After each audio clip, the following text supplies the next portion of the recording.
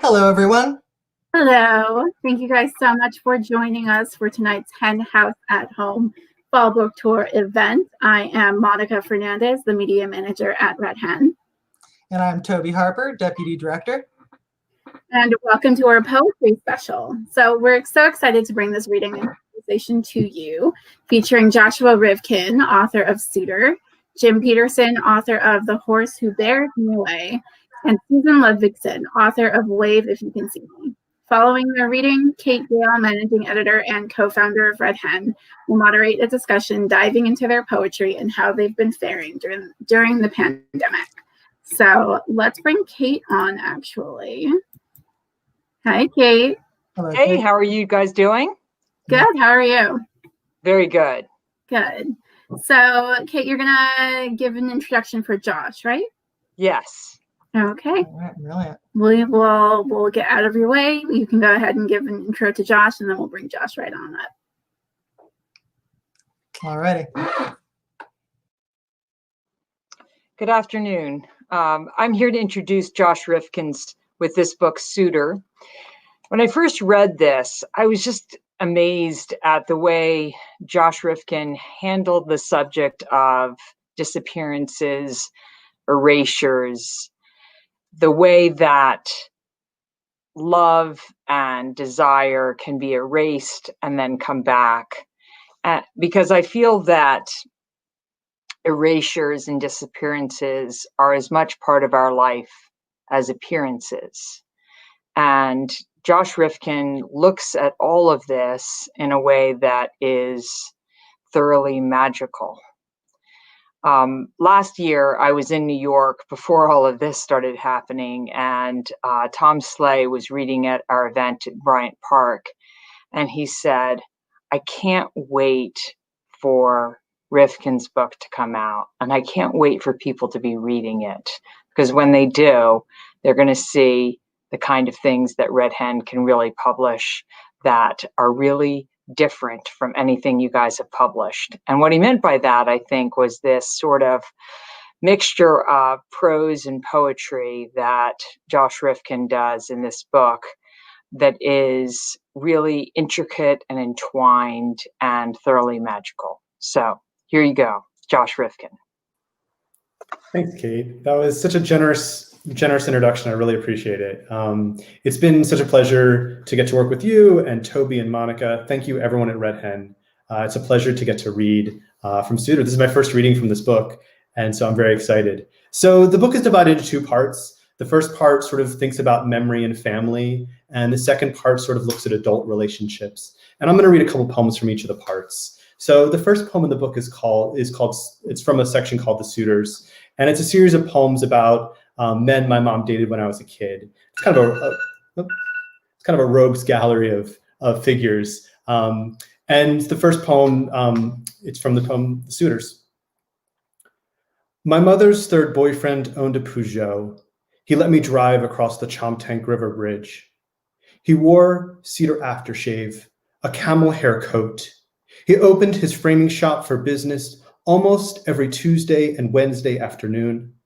He told me adult jokes, bought me a racing kite, took me out with golf buddies who drank G&Ts and would bet on anything: chip shots, baseball games, the cup size of the waitresses at the hole-in-one. Once, for a costume party, he dressed as a pimp: gold chains, leather coat, a peacock feather tucked in the hat's band. He came over in blackface. My mother wore fishnets, a tight red dress, matching lipstick, blue cloud eyeshadow. His shoe-polished skin, her fever dress, our family on the front lawn. There is no way to catalog or camouflage this moment. I've tried.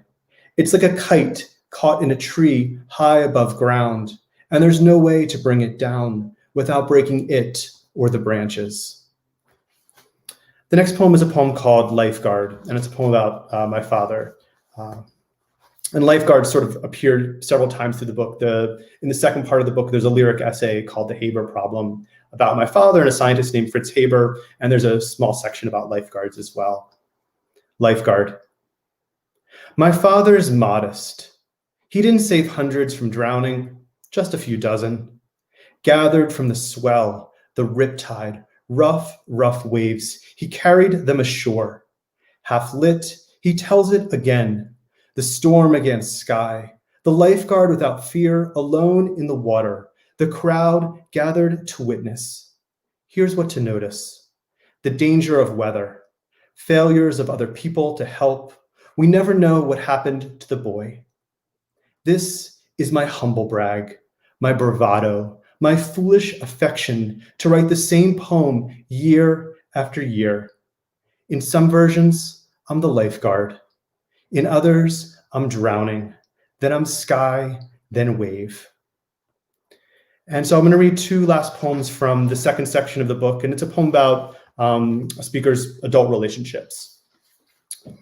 The ad. The ad I answered asked for me, or the man I wanted to be.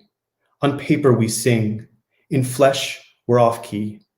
We gossiped over tabbouleh, local celebrities who dined here alone, and the famous artist museum show, words scrolled in storms of red light. We never got to the rough stuff he promised, a test of strength to know who could take the other in a fight of play that is not play. The rest is a body stripped, stronger than it looks. I didn't think this would happen like this, he said. I didn't either, I lied. I know too well the coming end. He called for a week without answer, then stopped. The man I promised to be, taller, sure, content, left too. On paper I sing, in flesh I run. And I'll read one last poem, and this is a poem called At Night You Read to Me, or You Read to Me. Once you read the essay where the past is compared to a lighthouse, as if we climb a metal staircase each year and can look down on our lives, the wild motion of days ordered into meaning. Years later, inside that spine of lightness, hours unwound into angles of remembering, I can see the water glass beside the book on the nightstand, a page you folded at a corner, little lighthouse, little sea, our happiness together. Except I've got it wrong. You never read me the essay about the lighthouse. It was about a man who speaks too late to his father, remembers crushing ice with the heavy spiral of a rolling pin, feeding him broken chips, the cool, the hand, the mouth. If I write again about my father, may my hands fall off, my tongue harden to obsidian, or give me the punishment of myths. My son will never speak to me, or he'll speak to me in that tone, write every mistake, tell all I've done wrong, and regret every word. Thanks. Thank you so much. I love hearing those poems. Thank you. So for our next poet, I'm going to introduce Jim Peterson with his book, The Horse Who Bears Me Away. Jim Peterson has 6 books of poetry and a novel, and he's working on more works. He just keeps writing. This book is a book that if it were a novel, it would be in the family of Marquez's books. It's a book in which the speakers often seem to live in a world of magic realism. And I think in Jim's world, anybody could become anything.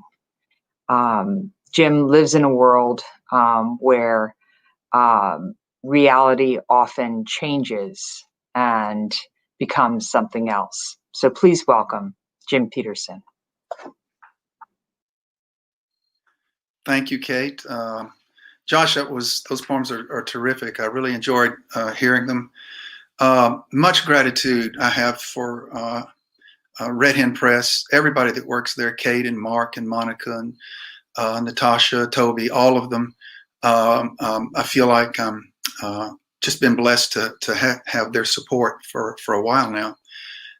And I'm really grateful for this book. I'm not sure I can kind of get it where you can actually see it. The light here is a little weird. And I'm going to read a few poems from this book. I'm going to start with the prologue, which is where the title of the book comes from.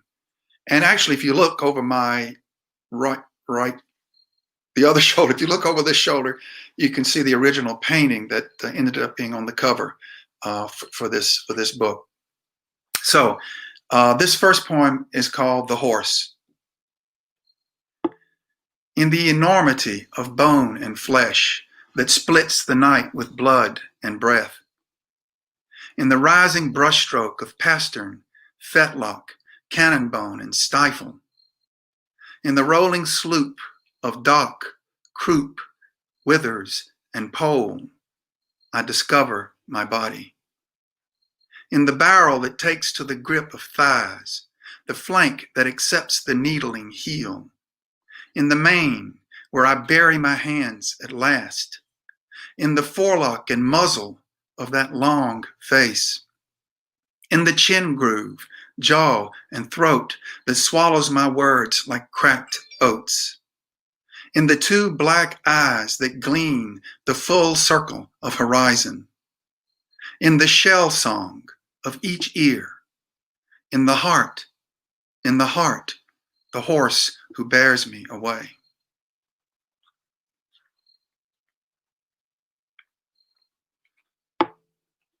I feel like even though in my mind, this book has a sort of controlling impulse. The poems are all, in my mind, resonating around one or two important themes to me.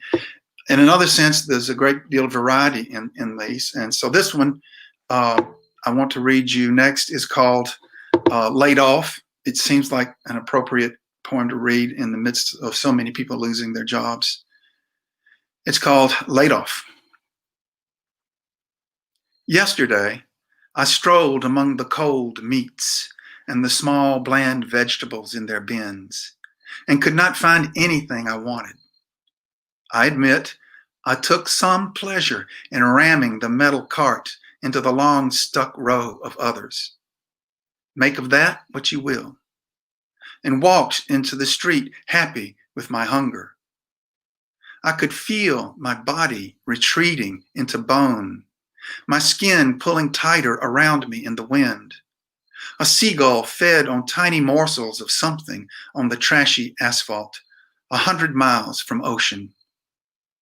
2 miles away, my wife was packing to leave me.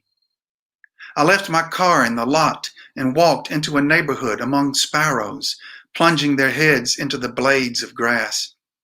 Even the house cats, stretching and licking on windowsills, had something definite on their minds for later, pausing mid-lick in case it might be me now. But today, I'll stay home, making do with what I have. Outside, everything is leaning into one decision after another. A freight train slows down to cross my street, one hand emerging as if to wave from the long window of a boxcar. In here, the fridge is busy saving what is left of what is left. The TV is a voiceless flickering in the corner of my eye. Weeks ago, I wrote the checks for this brief future. Today, I lie down on the lawn. I will not bother to mow again.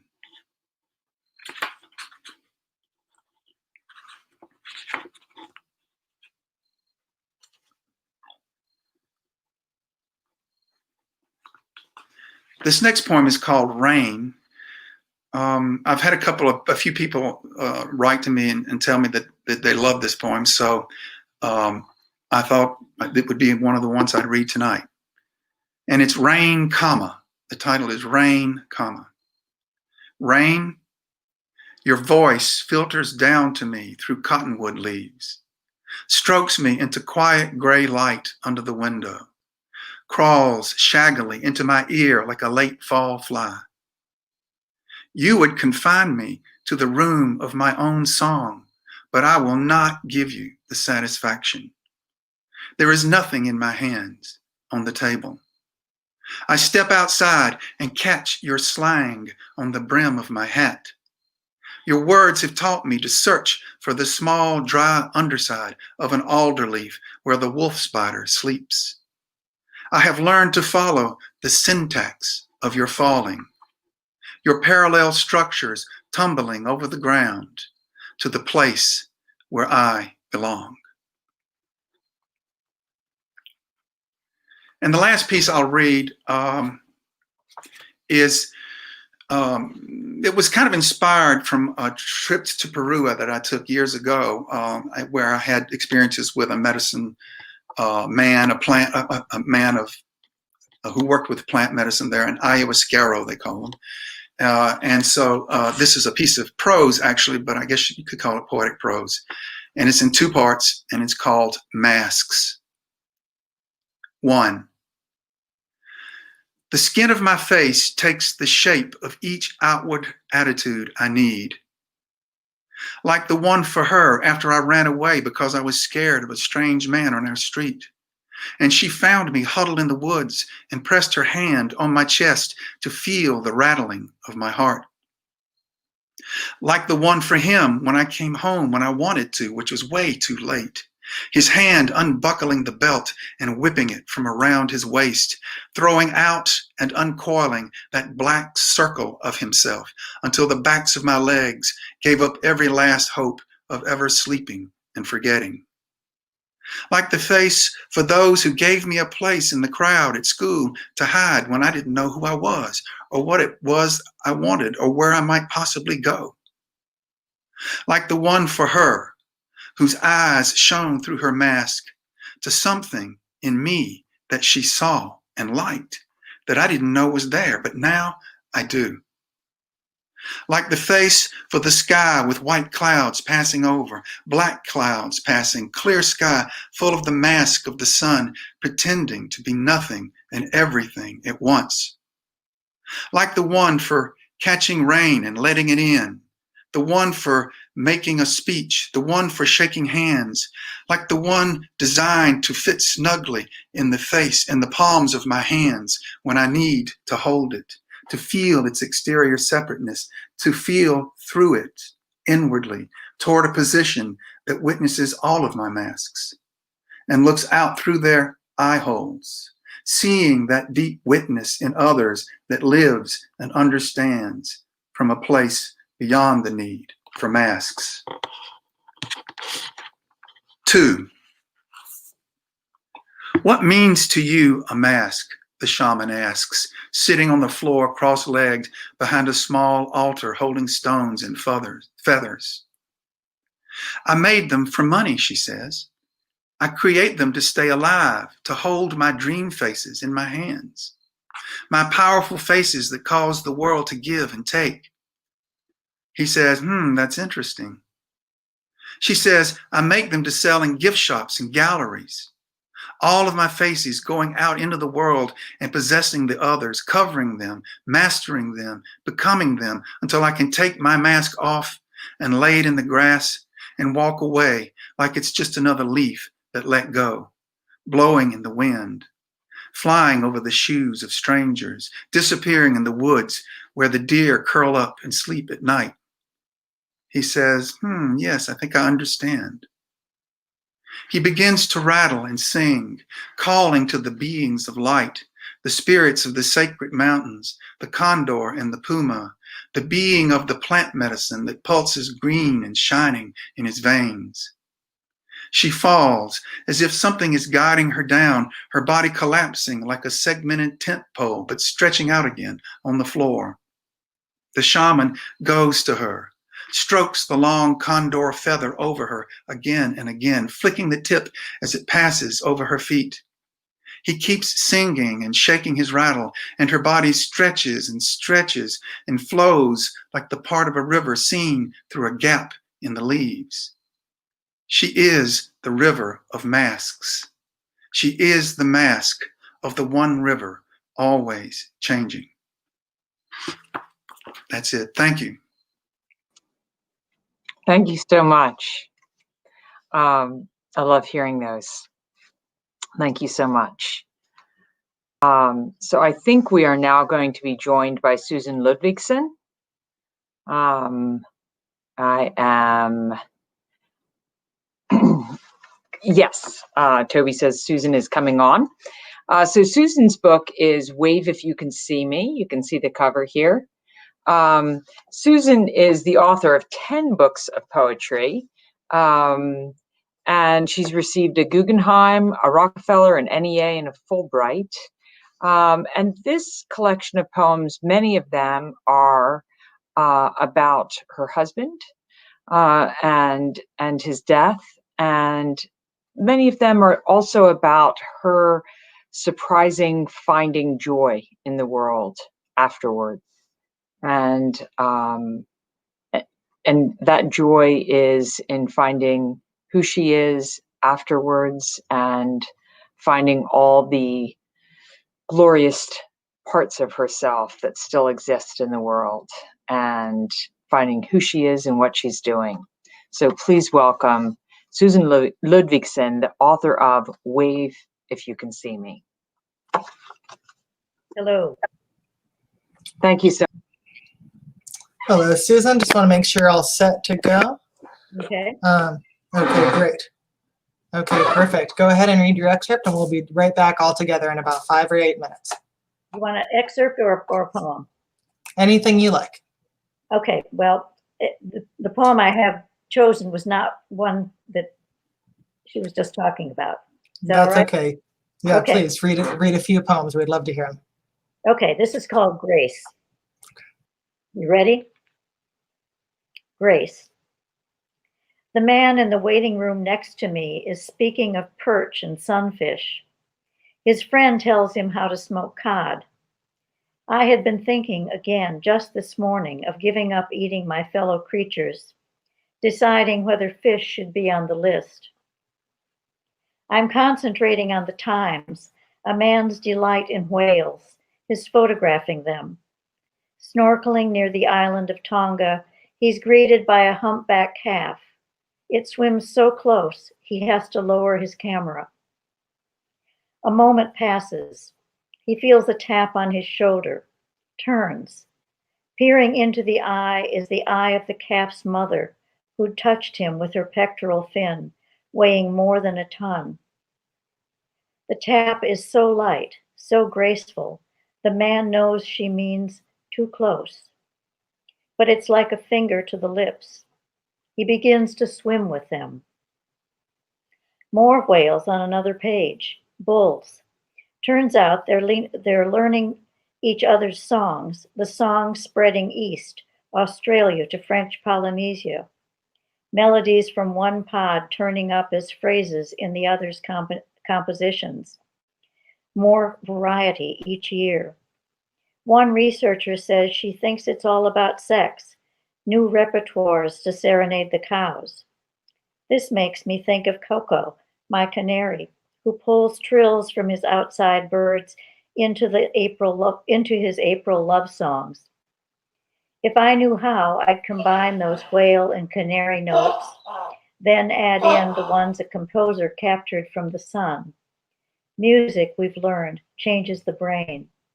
So what if someone wove a concerto of stars, elephants, whales, birds, toads, mezzo-sopranos, cicadas, so we'd hear each as part of the other, and all our brains begin to harmonize. Still waiting, I doze, hear armies choiring together, percussion of carnivores laying down their knives.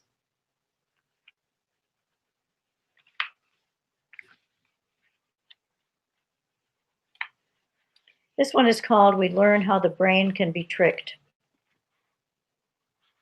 We learn how the brain can be tricked out of pain.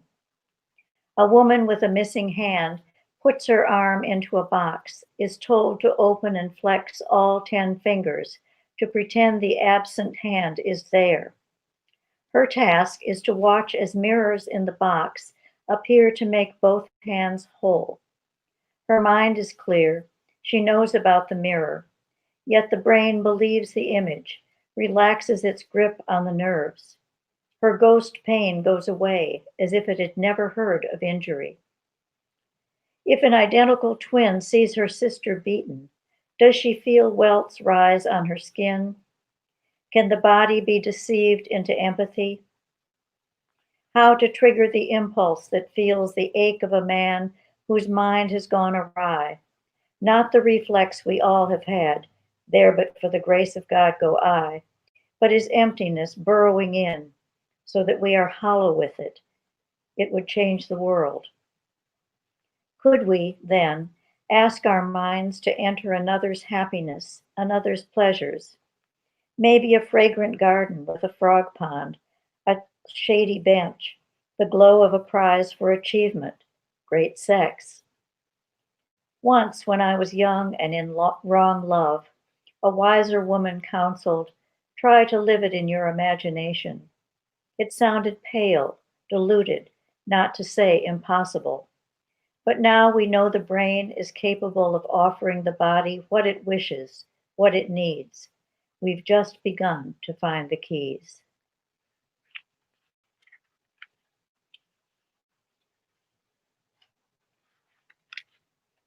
I should read one of the ones that Kate was talking about.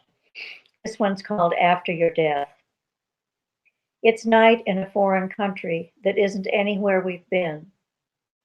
We're standing in front of buildings in neglected neighborhoods. You're anxious among the swarms of people offering tastings of the local food. I sit at a small table and eat the strange dishes, one with a seafood I don't recognize, as you slip away.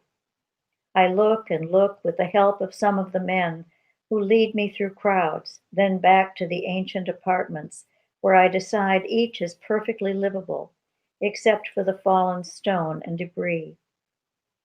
A big dog snarls as I pick my way through, surprising me. You know how I always expect dogs to be friendly. I'm still torn between thinking we could live here, learn the language, and wanting to flee to places I know you'd feel safer. Someone claims to have spotted you, and I head in that direction. I watch an old steamer slide away in the distance, wave as if you could see me.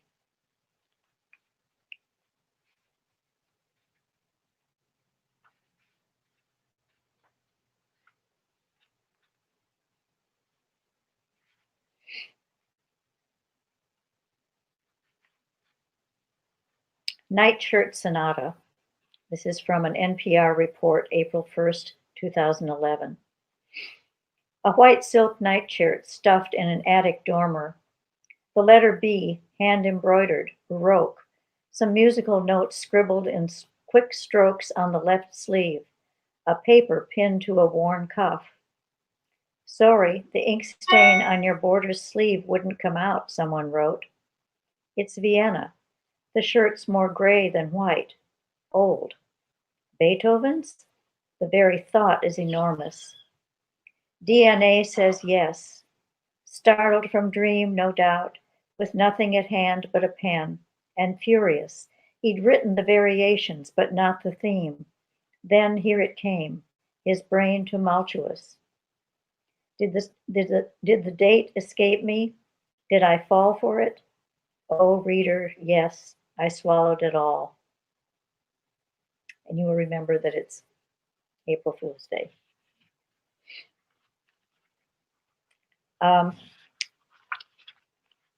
This one is a reference to my husband's illness and death, though that is not mentioned. In the country of birds and wild animals, I walk with a cockatiel on each shoulder, while a tiger slips through tall grasses, leaps stalks of elephant ears, a silent music in the line he draws on air. You in khaki carry a hawk on your wrist, nod to me from a distance.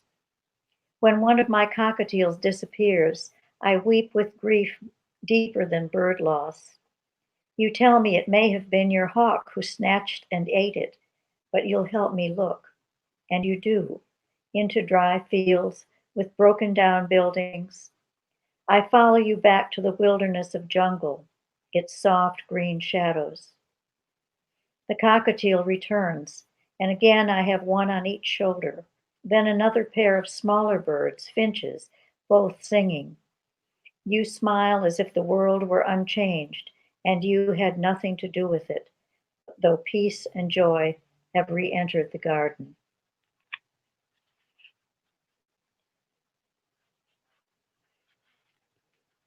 This is a form poem called Darker Than Before.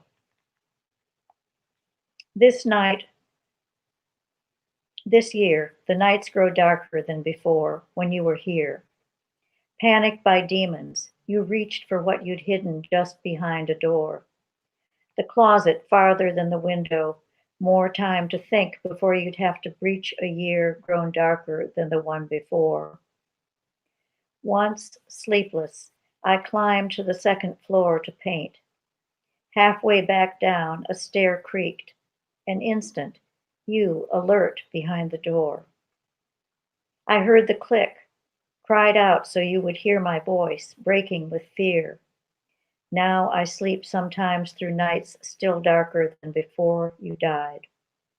You'd mapped and set off flares in war, seen riddled bodies, moving grasses creeping close to where you were hiding. Behind a door, the weapon you kept closeted, and for an instant thought me Viet Cong, slipping through a night darker than before. You, ready, cocked gun behind the door.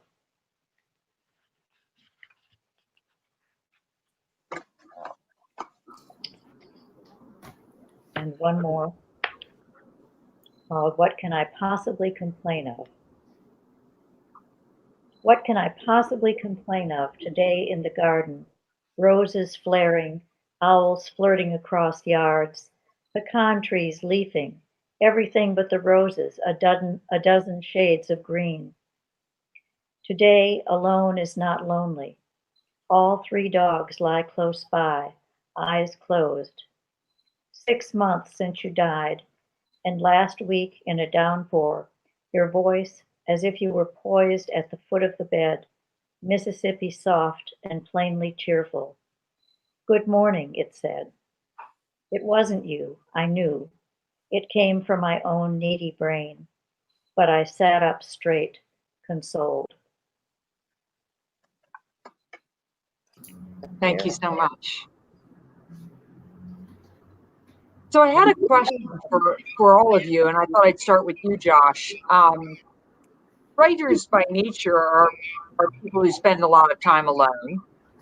And but this is a lot of time alone. So, you know, how has your life changed during this time of the coronavirus? Given the fact that as a writer, you probably spent a lot of time by yourself anyway. Yeah. So we've all been talking about teaching. Your teaching life has obviously changed. How has the rest of your life changed? well, I mean, I think that, people are having radically different experiences of what it's like right now. And for those of us who have small children, the problem is not so much time alone, it's so much time together.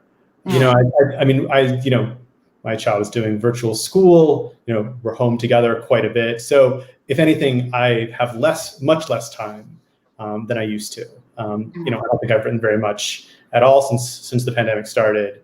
And in part that's because sort of the hours that were once mine are no longer mine. The writing routines that I once had are totally gone. The cafes I used to work in are closed. The sort of like rituals and routines of escape and sort of time alone, especially for parents of young children, I think have really shifted in really radical ways. And so, my problem is not so much what do I do with all my free time, but how do I carve out 10 minutes of free time, an hour of free time, And so, I just think that like people are having such, different sort of versions of what it's like right now. And for me, it's not that I have, more time, I have much, much less. Right. We spoke with Camille Dungy earlier in the spring, and I think she's having a very similar time with the experience that you are. Also, she has the experience. You have one child, right? Correct. Right. She also has one child, and one of the things with having one child is you're the other playmate. Right. So during non-pandemic time, you might have play dates where you send your child off to play with another kid, and then you send your kid off to play with other kids, but during the pandemic, you are the other playmate. Yeah, it's true. I mean, and I think that's what I mean by people having such different experiences. If you have 3 kids or 4 kids, they're off running off together perhaps. We've been really lucky that we have several families we've kind of bubbled with.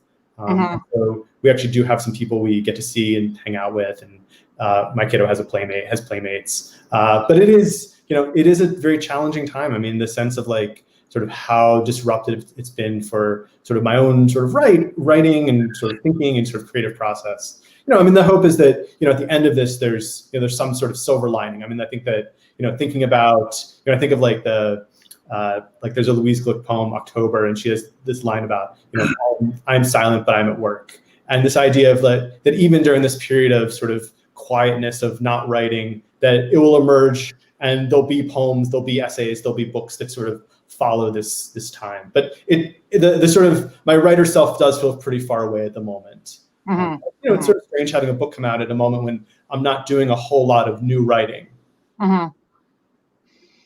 So you feel a little bit like your writer self might be hibernating a little bit, but you're taking some time to talk about the book and do other things. Yeah, I think that's the best case scenario of that it's sort of hibernation, and the hibernation will end at some point. I mean, I'm still reading, I'm still taking notes, I'm still thinking, but that sort of luxury of free time, that luxury of space, just isn't mine at the moment. Right. Jim, you live by yourself, or actually not by yourself. You've got your corgi. Yes, I do not live alone. She is right at my feet now in her bed, but she is like totally conked out. I would pick her up and show her to you, but I hate to, what is it? Don't, whoops, she woke up. Let sleeping dogs lie. Oh, see, we got it going. But she's important to me. And so I'm almost never alone. If I count her, she's with me pretty much all the time. And that makes a lot of difference. My wife died in 2016, and so it's that's been the biggest thing to adjust to is this new life, not living with another person, at least for now. And so the pandemic has been interesting to me because in a way it's been more of the same for me, oddly. I mean, I'm distressed and disturbed by what's going on in the world and all of the things that are happening out there. But I'm sort of in my cave, and I've been writing like crazy. I've got a lot of friends, and we visit on Zoom all the time. I'm in contact with them a lot. And but I do miss the social contact, the actual being in the presence of other people, and the opportunity to embrace somebody, or to even to shake somebody's hand. That seems so odd. When was the last time I shook somebody's hand? But so it's in some ways it's been good for me because and just personally in terms of my writing, because it's like I've gotten so focused, and I switched from writing poetry, which has been my main thing, to writing fiction.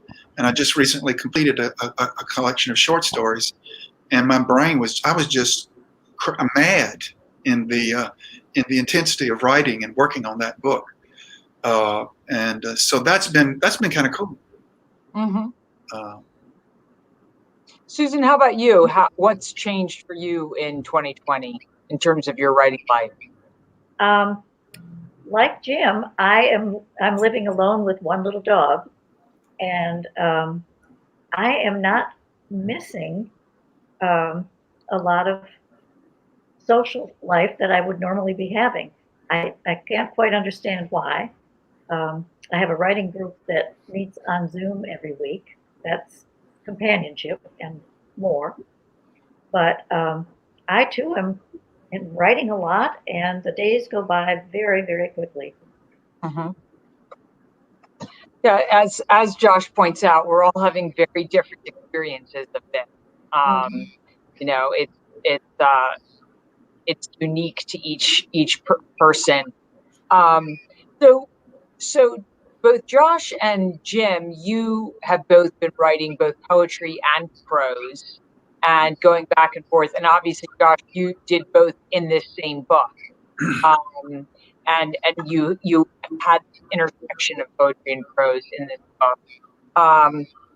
And your last book, of course, which did so well, that Melville published, was a prose. So I think when we were publishing your poetry book, several people said to me, "Wait a minute, dude is a prose writer," and I said, "Well, I think he was probably a poet first, and he just hauled off and wrote that prose book." So just a question: what came first, the poetry or the prose for you? Oh, the poetry for sure. Yeah. That's how I started as a poet. I mean, I think lots of poets will sort of start this way, that they write poems, and then either there's material that doesn't quite fit into a poem. I mean, the Haber essay in this book, in Suitor, started as a sort of failed poem. I tried to sort of write it as a poem, but there was just too much material, too much information, and it sort of overwhelmed the language of the poem. And so eventually sort of found its way into a sort of more prose form, which allowed a different kind of space. But, I mean, I started out as a poet. It's what I sort of, started writing when I was younger and studied. And, I really love poetry. But, I also feel like for me, nonfiction allows a different voice, a different kind of energy, a different kind of space to think. A little space that's a little more discursive. And so I like the permission and the possibility of going back and forth between the two. And I like that, I have a book that has, prose and poetry together, because I think there's sort of this ongoing conversation. I mean, some of my favorite, poet essayists, Claudia Rankine, Ulla Biss, right? Have that kind of intersection of voices, intersection of sort of modes they can work in. And so for me, that kind of ability to sort of go back and forth and think about the different possibilities. But poetry always has been my first love. Right. That's what I assumed. But it is funny that people ask me, because that other book had done so well. Your Melville House book had done so well. Yeah, I think it was just kind of an accident that, I mean, I sort of worked on both books at the same time. It's just sort of an accident that Chalk was published first. But it is the sort of thing where, I did start out as a poet. So Jim, you obviously started off as a poet, and then that's not true. No, you started as a prose writer. When I was young, I thought I was going to be a novelist. Finally, I did write one novel, and I was writing lots of stories, and they were not very good. And actually, I had a bad teacher. I'm not going to name this person in graduate school, who really kind of hurt me with the way he reacted to my short stories. And it's not that I wasn't writing poetry, but it was more like I thought I was going to be a fiction writer mainly.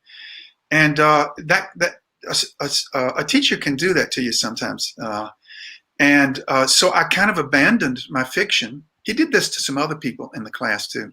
I kind of abandoned my fiction and really got deeper into the poetry then, and just fell in love with it. And a lot of my poems are stories. They're narrative. A lot of my poems are narrative anyway, so it's another way to tell a story. And so, for me, it's all been kind of together. Then later, when I had this idea for the novel, and I wrote that novel, and it was eventually published. Thank you, Kate, for that. It inspired me to think that maybe I could actually turn back towards fiction some. So I've really enjoyed working on these stories a lot. And I don't know where it's going in the future. I hope I keep writing both. But right now I'm enjoying the fiction writing so much, I may keep writing fiction for a while. Because other ideas are evolving.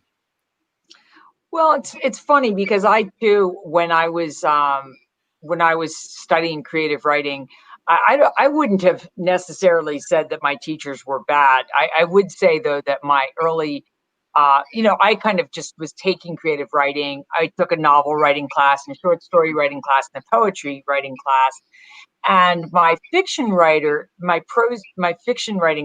teachers all thought that I had very little talent.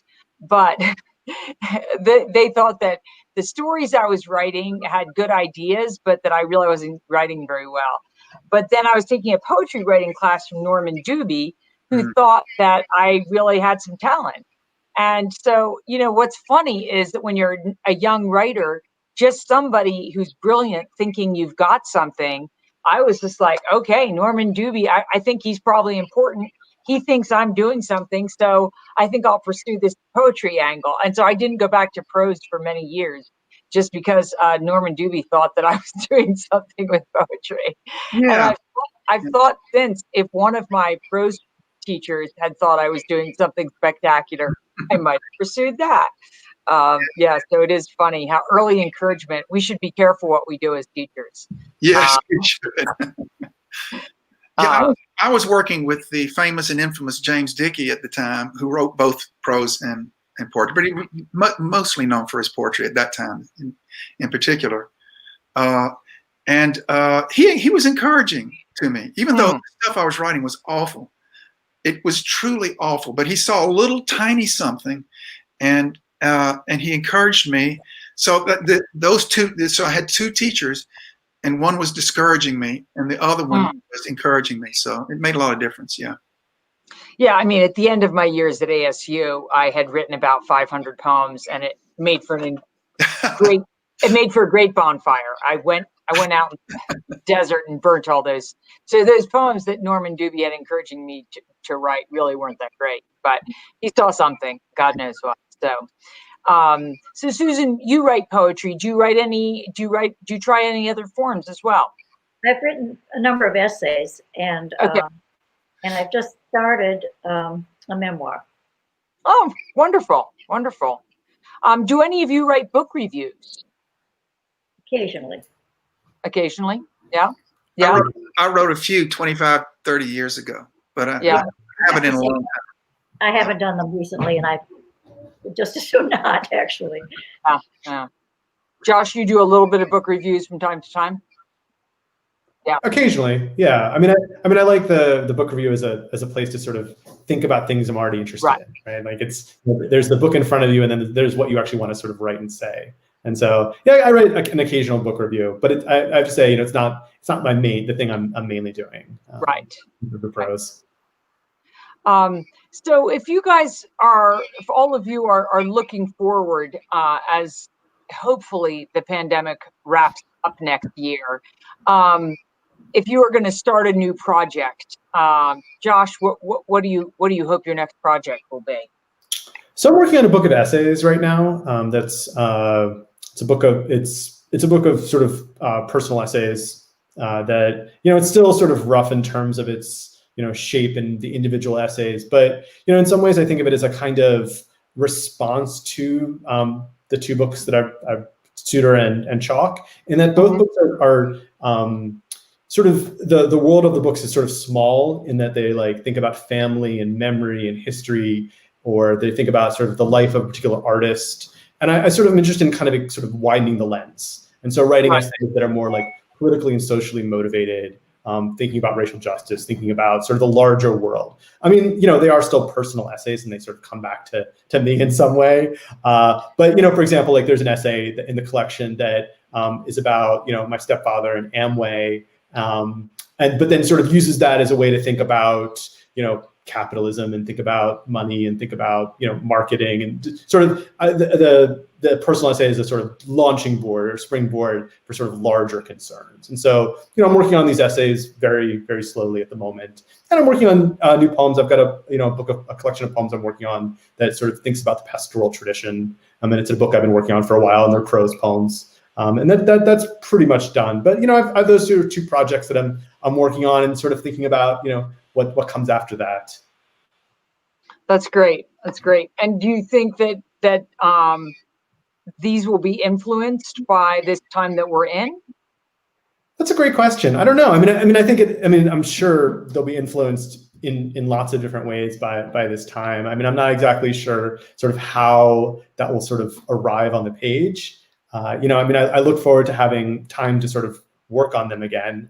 But in terms of how sort of the sort of this moment and this sort of period of time sort of enters those works, I'm not quite sure.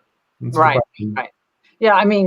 Once you dive back in, you'll kind of see. I mean, between COVID and the Black Lives Matter events that have happened this year, it feels like a lot. It feels like the country's been through a lot, and that there's been a ground shift in a way. Yeah. Susan, what do you?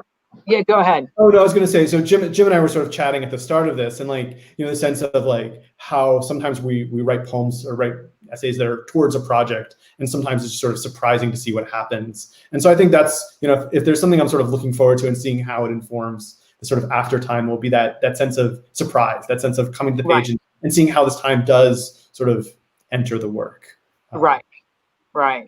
Yeah, I hear you on that. I feel like I've slowly started working on new poems, but I haven't quite threaded how it's going to come together with what's happening right now. Yeah, I mean, Susan, it's like that sense of uncertainty that we're sort of living through, right? That sense of like not knowing exactly, you know, like I like your optimism of like it's going to wind down sooner, like it's going to wind down, but like that sense of just uncertainty of like, you know, how many more months or years, or you know, what normal life will look like at the end of this, in lots of different ways. Yeah, I mean, I think about it like until March 15th of this year, there was, you know, for the last, one thing that was true of my life for the last 10 years is I always knew when my next 4 airline tickets were, because I was always traveling for Red Hen and, you know, London Book Fair, Frankfurt Book Fair, New York trip, San Francisco, like that. And I mean, I've been home since March 15th. I have no idea when I will go anywhere again. You know, like just that is very weird to say to me. You know, I might actually end up being in Los Angeles in my house for an entire year. And, you know, right. So there are people who are waiting to get married till this is over. I mean, you know, that's just bizarre to think. So a lot of us are in some way feeling like we're in that. It is almost weirdly, since airplanes are grounded, we are all like hung between, like you feel when you're between LA and New York, and you're in that space where nothing's really happening, you know? Yeah, I think Jim had a line in one of his poems, the poem Laid Off, I really love, like, what is left of what is left. And I think it's like sort of waiting to find out like what is left of what is left. Like what will the world look like? What will sort of this time after look like? Right. And then, you know, what will it mean to make plans in that brave new world, you know? Susan, what are you thinking about for the future? Well, I normally spend the summers in France. So this year was tough in that regard, and it may continue to be.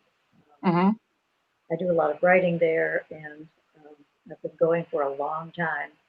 So that was very strange. I can't remember when is the last time I didn't go. But I'm getting a lot of work done, which is nice. Yeah. Well, I also am usually gone for a month of the summer on a quote writing retreat someplace like Greece or Ireland, and it was very weird to be here all summer. So I hear you. Jim, what are you thinking about? Well, there's so many projects out there. I just hope I live long enough to keep writing and get a lot of them written. But I started a short story that turned into a kind of a monster, it's about 70 pages now. And I was writing it for this new short story collection, but it got out of hand and it was out of control, and I couldn't finish it and couldn't make it, you know, it didn't work for the short story collection. So I'd like to go finish that first and see if I can make it work, because it's got an odd structure to it. And then I have another novel that I've got notes on from, you know, I've been taking these notes for years, and I've got about 70 pages written on that one. And I'd like to maybe go back into that and really, because I still love the idea, and see if I could finish that. So it's things like that, and it may be prose for a while, because I already have another poetry collection in the can.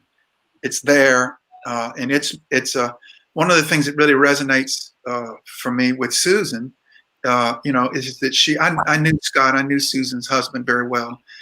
He and I were tennis partners. We played a lot of tennis together. And I loved Scott. He was a terrific person, very, very fine writer also. And I lost my wife in 2016. So that's something we share is that loss. And I have a collection of poems. In fact, I want to ask Susan this question, if you don't mind me, real quick before we have to finish up, Kate. But I have this collection of poems, which is about partly our life, the years of her illness, and what happened after that. And it's complete. Just has to be ordered properly. But it's just sitting there. I don't know what to do with it right now. There are other books coming out, and I'm just letting it sit. So, Susan, how long was it between the time that Scott died and this book came out? And how did you feel about? Do you mind me asking this, Kate? No. Yeah, go ahead. How did you feel about that time that went by after Scott died and these poems coming out? Well, the writing of them, of course, is partly a therapeutic thing. Quite a few of the poems are about Scott's illness and death. I think it was more therapeutic than I even realized at the time. Mm. And they're beautiful poems, Susan. I really loved the book. thank you. Yeah. Thank you. So how long was it between the time he died and the publication of the book? About 5 years. About 5 years. Okay. Mhm. Now, I've wondered, Gabriel Hirsch's book, how long that was after his son died, that he wrote that book. Don't know.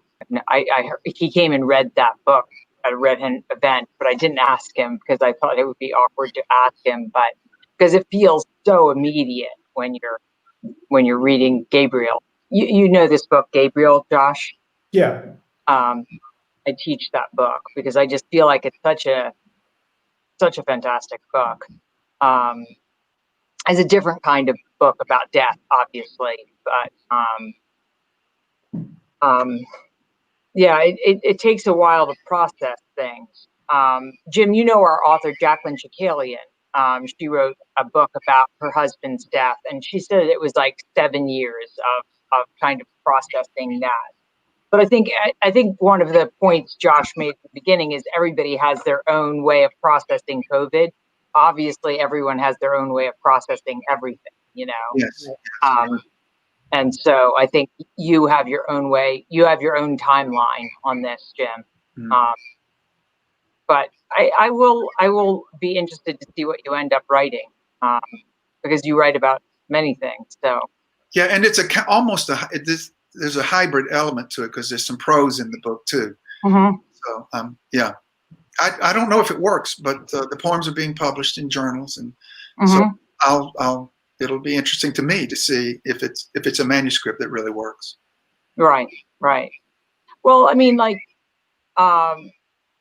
what makes a manuscript work is when other readers can enter and have that experience, even if they haven't lost someone recently. I mean, like the book Gabriel, part of the reason I love that book so much is that, I have children, and that could have been my son. That could have been my son. And so when I read that book, I feel the immediacy of his love for that boy, and the pain the boy caused and the joy the boy gave him. And I just feel like I'm entering that experience with him.